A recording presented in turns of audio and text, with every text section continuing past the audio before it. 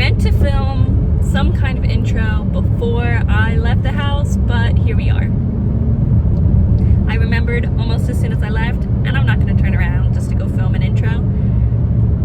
Today I am going to a Goodwill with an outlet side. As we all know, shopping for books is like half the hobby of being a bookworm. In fact, it's almost a hobby in itself. Since this Goodwill has an outlet side, what it means is there's like the regular side where everything is on hangers for clothes or shelves for books and everything else. And on the outlet side, they do it by weight for clothes, which is so cool because you can get like a massive pile for hardly anything. Books, I think, are like 50 cents or something. Like no more than 50 cents. That's, I'm gonna say, is the max. I forget exactly what the pricing is, but they just throw them in these giant bins. A while ago I found a copy of Aurora Leigh from the 1800s, and I was like, my heart. And there's like an inscription on the inside too, and it said like the Christmas and the year it was given. I think it was like 1890 something. And from Pa, I'm like, oh. So yeah, there are little gems there. There can be little gems in there, and I may or may not find one today.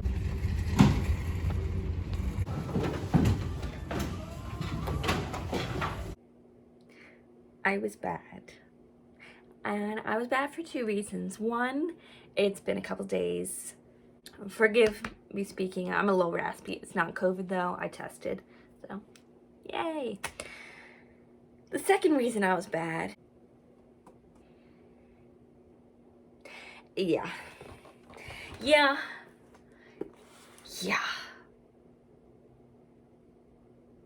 But they were so cheap. It's so hard to say no to books when you're interested in them, and they're so cheap.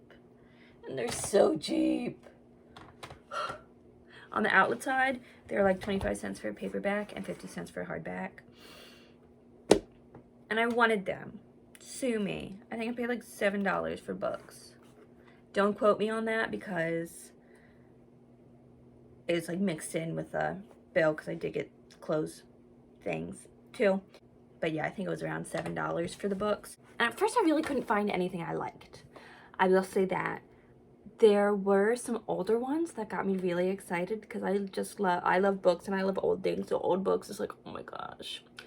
But one was like a cookbook from the 1940s. Very cool, but I don't like to cook. If I liked cooking at all, that would have been like the neatest find. But I was like, if I buy this, it will go unused. And that is sad for the book. Like, I don't want it to be destroyed, which I'm assuming is the next step once they're passed over in the Goodwill outlet bin. But I figured if I left it, there's at least a chance that somebody would come along behind me and get it. Second, which is way more ridiculous of me, but there's a baby book from the 1930s that in my mind goes with the cookbook from the 1940s. Like, it came from the same house. I don't know if that's true, but my mind put them together. It was a little girl, and her little like Polaroid picture was in the front of her, just like a little baby girl, and she was so cute, and it was like written all through, like, this is when she did her first steps, this is her first word, like, from the 30s, and she was so cute. And obviously nobody in her family, if she has any family left, wanted to keep that. And like, where's it going from there? I wanted to keep it for her and remember her, but I just couldn't. Like, even for 50 cents, I was like, I don't need that. I don't need it. I'm a hoarder, and all of my memories are contained, so but I cannot start hoarding other people's memories as well, so that one had to get passed on too. So I was struggling to find things, and then I happened across, I think I found Peter Pan first. Cute. And it's a really cute copy. It's just pretty. And it's got the map of Neverland. Obviously, I have to take stickers off of everything. And then right nearby was The Wizard of Oz. This one is a lot quicker. There's a lot more pictures. But it also has like the pretty little string, and it's also cute. And I actually have never read either of these, and I don't plan to. I tried Peter Pan a few years back, but I was just like obviously way past the age of who it was intended for. I know I talked in a video, I can do middle grade fiction really well, but like children's fiction can be a little bit of a stretch, and it just was not holding my interest, so I did not finish it. I don't think I really made it very far in. So the reason I got these is my little nephew has recently, like, he's learning to read, and my sister has started reading him chapter-length bedtime stories. She read him James and the Giant Peach already because that was her favorite, and I thought, like, these are such cute copies and they're such like classic books, maybe she might want to read these to him. And so they're cheap, they're cute, why not? These are going to my sister's house and she's taking them. She doesn't have a choice. Ugh. Then that kind of, to borrow a term from college partying, broke the seal, and there was no going back. I had books in my hand, and that naturally attracted more books. So next I picked up A Garden in the Rain by Lynn Kurland. And I picked it up because, well, the back says, Patrick McLeod is haunted by his past, by events he had no control over and wishes desperately he could change. He hasn't the heart for love, nor the time for rescuing maidens in distress of their own making. Until he sees a woman who touches his heart and stirs his soul, and makes him believe love might be possible after all. For Madeline Phillips, Scotland is the land of dreams, filled with magic, romance, and handsome Highland lords.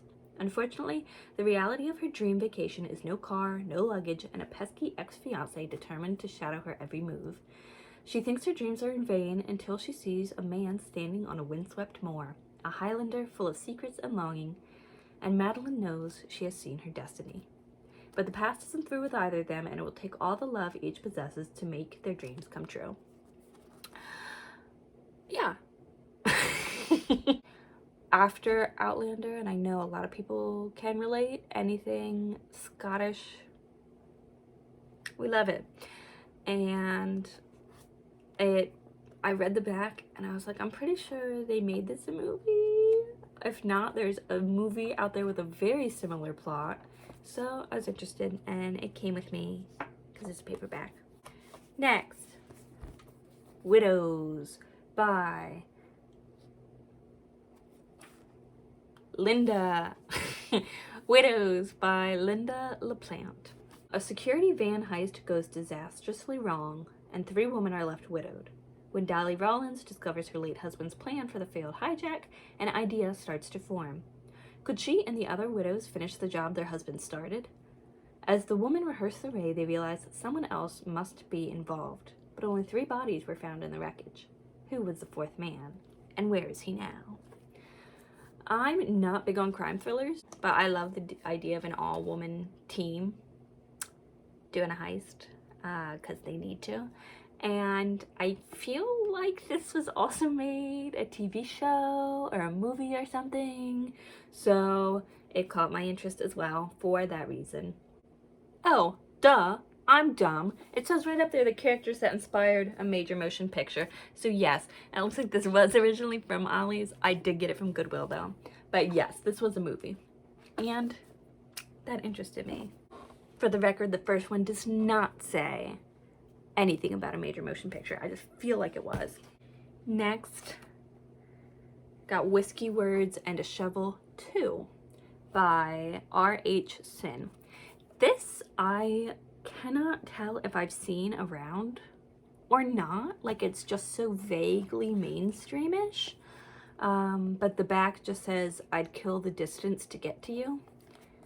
It's a little poetry book. I just thought that was so cute. Like, just little, I love when just like small little phrases just like hit, and I wanted it.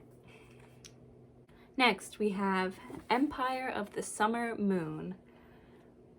Quanah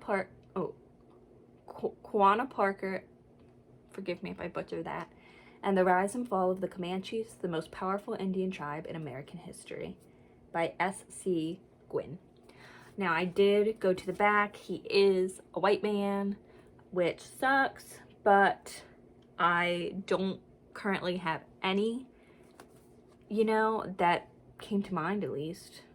I should check my TBR pile again. But I do not believe I currently on any of my shelves have books related to the Native Americans. So I figure, you know, he's a journalist, he's a scholar, it looks like. Scholar? Yeah. So I thought anyway I could get History of Native Americans onto my shelf for 25 cents. I would do it. Smells a little smoky, actually. Somebody smoking while they read Empire of the Summer Moon? Yeah, and I will work on expanding my bookshelf more with, you know, BIPOC authors in the future. So if you know any good Native authors, let me know. Why didn't I say that sooner? Yeah, let me know. Next, and we shelled out the full 50 cents for this one. Michael Crichton, or Crichton. I'm gonna use the CH. The Lost World. Something has survived is all it says on the back. I read Jurassic Park last summer, and it was good. Like, a lot of times when things kind of get blown up in the mainstream, you go back to the source material and you're like, all right, like I can see it. But this, I was like, oh my goodness, like it could be a blockbuster movie. It could be taught in, you know, like literature courses. It is well written. It is entertaining. I was like, wow. It is thought-provoking. So the sequel. Do I expect the sequel to be as good? No. We're setting the bar below what the original was because it's a sequel. And I'm not sure if it's like a sequel he planned, you know? It might just be he met great success with the first one. And so, oh, here's a second one. So I'm prepared for disappointment. But I'm excited at the same time. So it got the full 50 cents. Dumb-ho time. I got Ivanhoe by Sir Walter Scott, a Penguin classic, and an older one too, I think. What year was this? Okay, this one was printed in 86. So it's a little bit older of a Penguin classic. And this is one that a lot of people, like a lot of literature or classic lit lovers out there probably already know, but we're gonna read the back anyway. The noble young Ivanhoe returns home from the Crusades to claim his inheritance and the love of Rowena, a princess of an ancient Saxon line, and becomes involved in the struggle between Richard Coeur de Lion and his brother John. Ivanhoe takes part in the splendid tournament at Ashby de la Zouch, befriends Robin Hood, Friar Tuck, and Robin's merry men, is loved and saved by the beautiful Jewess Rebecca, and is forced to a dramatic trial by combat with the fierce Templar Sir Brian de Bois Guilbert. Did I pronounce any of those names right? Who knows? Crowded with incident and throbbing with vitality as it is, the triumphant success of this, Scott's most popular novel, is the author's own unflinching moral realism, and ensuring that all his characters remain true to themselves, despite the many glaring historical inaccuracies. I wasn't expecting that. He unfailingly spellbinds the modern reader. Dork time, nerd time. I this has been on my TBR list because in Smallville, Lana Lang reads it in like the first season, and I see people doing like the Rory Gilmore reading challenge, and it makes me want to read everything that Lana Lang is ever shown reading on screen, like people do for Rory Gilmore. I have not compiled a complete list of all that Lana reads on screen or mentions reading, mainly because I haven't taken the time to go back through the entire show and write it all down. But I know that Ivanhoe is in one of the early episodes. She's like sitting on the bleachers reading it, I think. Or was that? Anyway, she's a classico. We love her. I wanted to read it because she read it. Next, and I know I've seen this one around, The Immortalists by Chloe Benjamin. It's 1969 in New York City's Lower East Side, and word has spread of the arrival of a mystical woman, a traveling psychic who claims to be able to tell anyone the day they will die. The Gold Children, 4 adolescents on the cusp of self-awareness, sneak out to hear their fortunes. The prophecies inform their next 5 decades. Golden Boy Simon escapes to the West Coast, searching for love in 80s San Francisco. Dreamy Clara becomes a Las Vegas magician obsessed with blurring reality and fantasy. Eldest son Daniel struggles to maintain security as an army doctor post 9/11.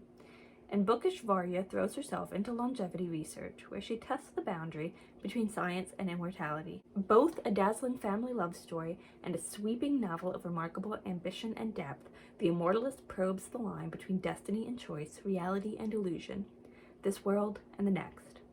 It is a deeply moving restatement to the power of story, the nature of belief, and the unrelenting pull of familiar bonds.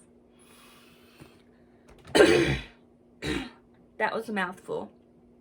But, cute cover. I know I've seen this book around. I know Ho's be hyping it up. It's on the list. That was a lot. And lastly, I was surprised to find in my area, who would have thunk it, the Florida Review Volume 38, numbers 1 and 2 from 2014. Oh my goodness, the Florida Review!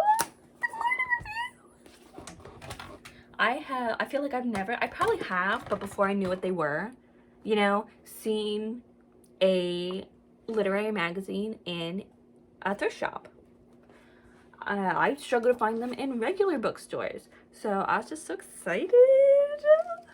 Adding a new lit mag to my shelf. Anyway, just super excited about this. I love it. I love it. I got one. All right. And that is all of my haul. Blanked on the word for a second. That is my thrift store haul, book-wise. Oh yeah, I forget. For some reason, I can do like the intros like, hi, but on the way out, I'm like, what? I have to say goodbye. You're telling me I have to say bye? Yeah, bye. Have a good day. Thanks.